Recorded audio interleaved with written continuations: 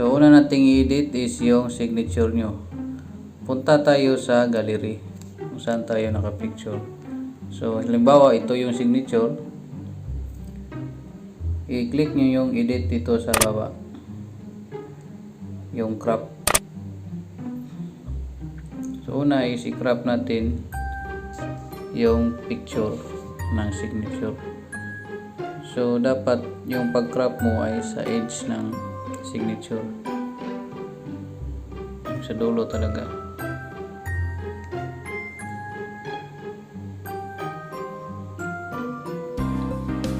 Yan.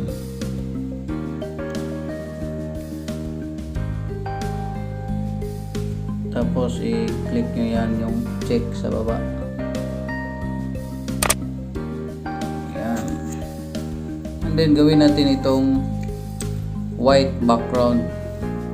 Kasi pag ganito yung i-submit mo, hindi ito tatanggapin. Kailangan talaga yung puting-puti. Tapos dito tayo sa filter. Click nyo ang filter. Tapos dito sa pinakadulo, itong parang documentary. Click nyo yan. Tapos click nyo yung check.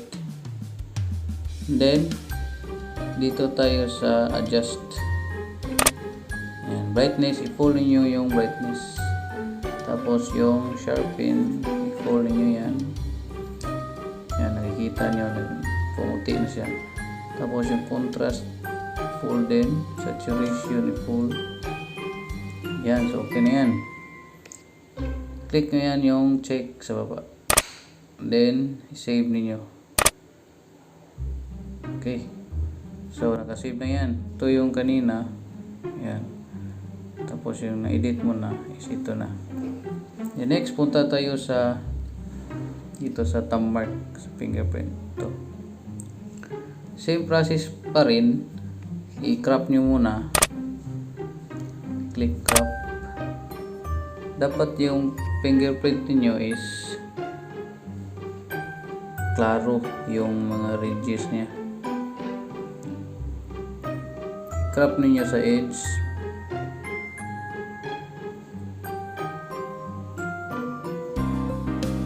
Yan. Sa picture na ito is blue yung kulay niya. So, pwede natin yung i-edit. Gawin natin itim. So, tapos yung crop, i-click nyo yung check. And then, dito kayo sa filter. Click dito sa dulo, documentary. So yan, naging may itim na. Click niyo yung check. Tapos dito adjust. Click niyo adjust, then brightness ganun din, full niyo. Sharpen, full din. Contrast, full. Saturation, full. Yan. Tapos click niyo yung check sa baba. Then save niyo. Yun. So, galing dito, tapos mo nang edit, yan na yung itsura niya. So, ayan, pwede na yan, tanggapin na yan. Next, punta tayo sa picture. So, yung picture na to ba ito, pwede kayong mag-picture na nakagawa kayo, pwede din kayong mag-picture na yung tubay ito, picturean ninyo. Tapos sa pag-edit ng picture, ang ginagamit ko is nag-install ako ng ito, background eraser at saka Pixel Lab. Dito natin i-edit yung picture mo.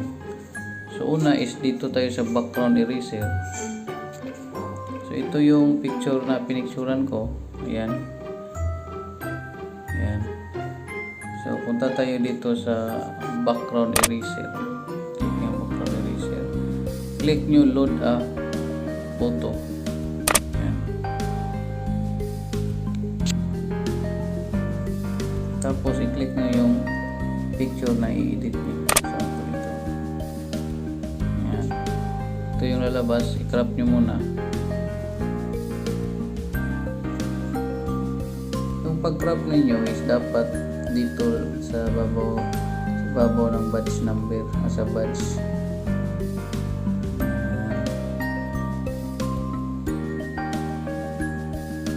Okay, okay na yung pagka-crop, click nyo yung done sa taas. Ito yung lalabas. So blurred siya ng konti kasi picture yung pinicturan ko. Mas mabuti yung picturean nyo is yung nakaguwa kayo. Tapos tanggalin natin yung background niya na puti. Kasi pag ganyan yung gagawin nyo, hindi yan tatanggapin. So sa apps na ito, meron itong eraser. So itong pula sa baba, ito yung ita-touch mo. Tapos itong pula sa taas, ito yung mag-erase. Yan.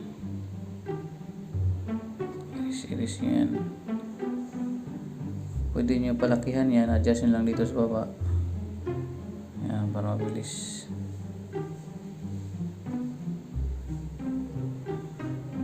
Pwede din kayo mag-click nitong mag-check sa baba para automatic na siya. Hindi tayo mahirapan.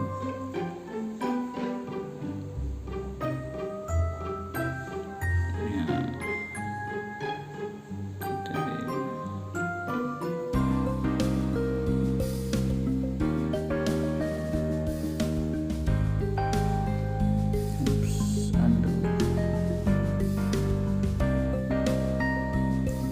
Lang yan mag-edit.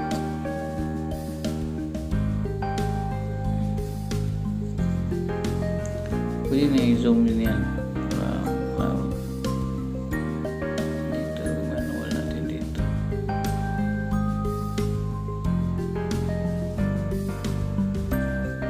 Ayan.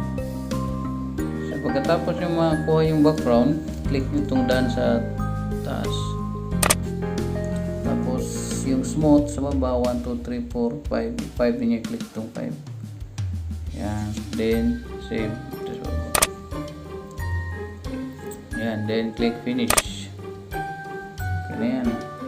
So balik kayo, punta kayo dito sa Pixilab. I-click nyo itong Pixilab na apps. Kikita mo ito sa Play Store. Ito yung lalabas, i-delete nyo muna itong new text. Click yung delete sa taas. Tapos itong background na to, palitan natin ng white background. I-click nyo itong dalawang square dito sa baba. Yan, tapos click nyo itong color.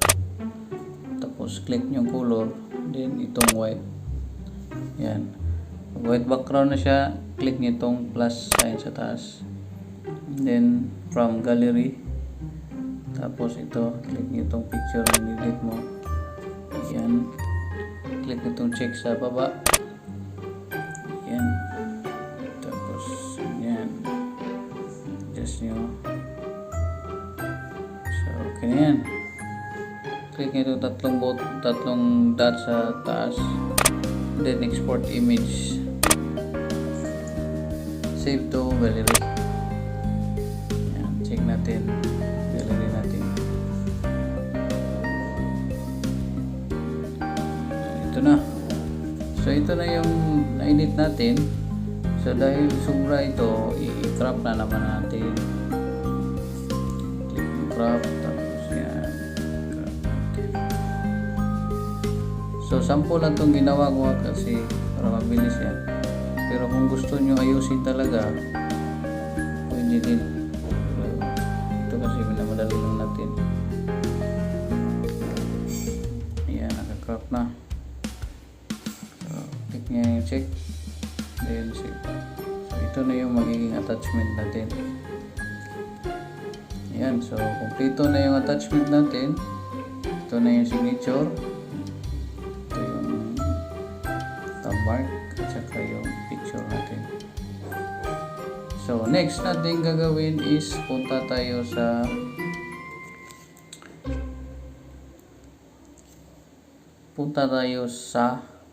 PAIS account natin. So yung sa PAIS account natin, dito tayo mag-login sa Google. Click Google, tapos search type nyo ang PNP PAIS. Yan. Click nyo lang yan. Tapos ito, PNP Online PAIS, Philippine National Police. Yan. Enter your username.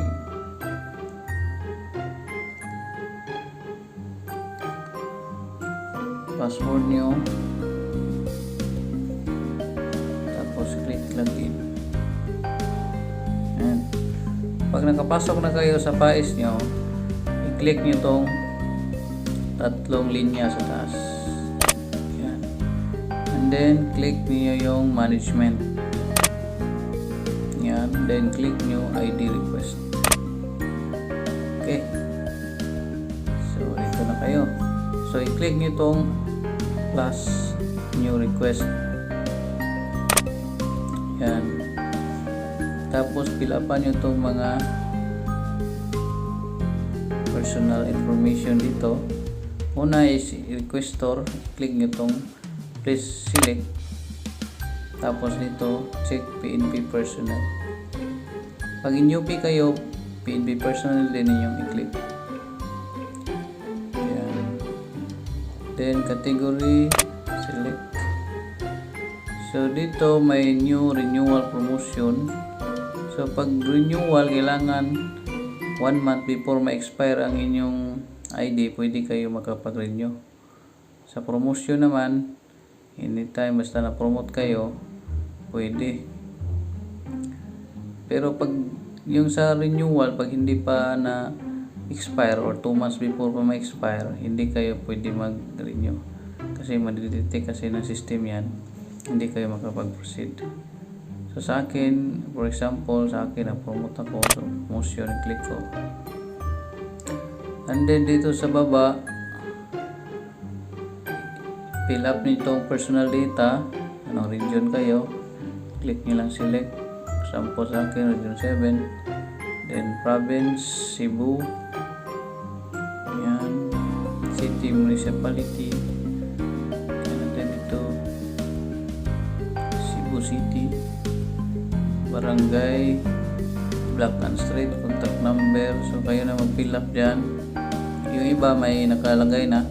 Tapos dito sa baba, person to be notified in case emergency, click nyo yung select. So lalabas dito yung mga beneficiary nyo or yung mga parents niyo. Click nyo lang isa. Sample sa akin yung mother ko, click nyo, lalabas na yung info. Tapos lagay ng contact number. Tapos dito sa baba naman, ito na yung attachment natin. So kung nakikita nyo, may picture na nakalagay dito, pwede natin itong palitan. So i-click nyo ito yung add. So yan. Hanapin yung in-edit nyo kanina, yung picture. Dito kayo sa browse. Tapos i-click nyo itong picture. Yan. Tapos dito sa thumbmark photo, add nyo lang. Then click itong photo, thumbmark, done. Yan. And then yung signature photo, same process din, click nyo. Ayan. So okay na yung attachment nyo. So pagkatapos nyo ma-fill up dito lahat sa taas, yan. Tapos yung ma-fill upan yan, tapos attach yung attachment ninyo. I-click nyo tong sa baba na submit. Itong kulay blue. So pag submit ninyo yan, hintay kayo ng approval. Kung kailan ma-approve yung kung ma-approve yung request niyo. Pero pag hindi, maglalagay na sila ng remarks. Example, kailangan i-edit pa yung picture nyo or malabo yung ano nyo, lalagay nila din kung anong remarks nila. Pero time to time, monitor ninyo kung i-open ninyo yung files ninyo, kasi pag na-approve na, sila na yung bahala mag-print at tsaka ipapadala dyan sa admin ninyo kung saan kayo na-assign. Okay, so far yan yung isi-share ko sa inyo kasi dito sa station namin ako yung nag-request sa kanila ng ID. So last week dumating na yung mga ID nila, yung bagong ID na kulay blue. So far marami na akong natulungan dito na nag-request, approve naman lahat. So ngayon isi-share ko lang sa inyo. Okay, so pagkatapos nyo dito, log out nyo lang.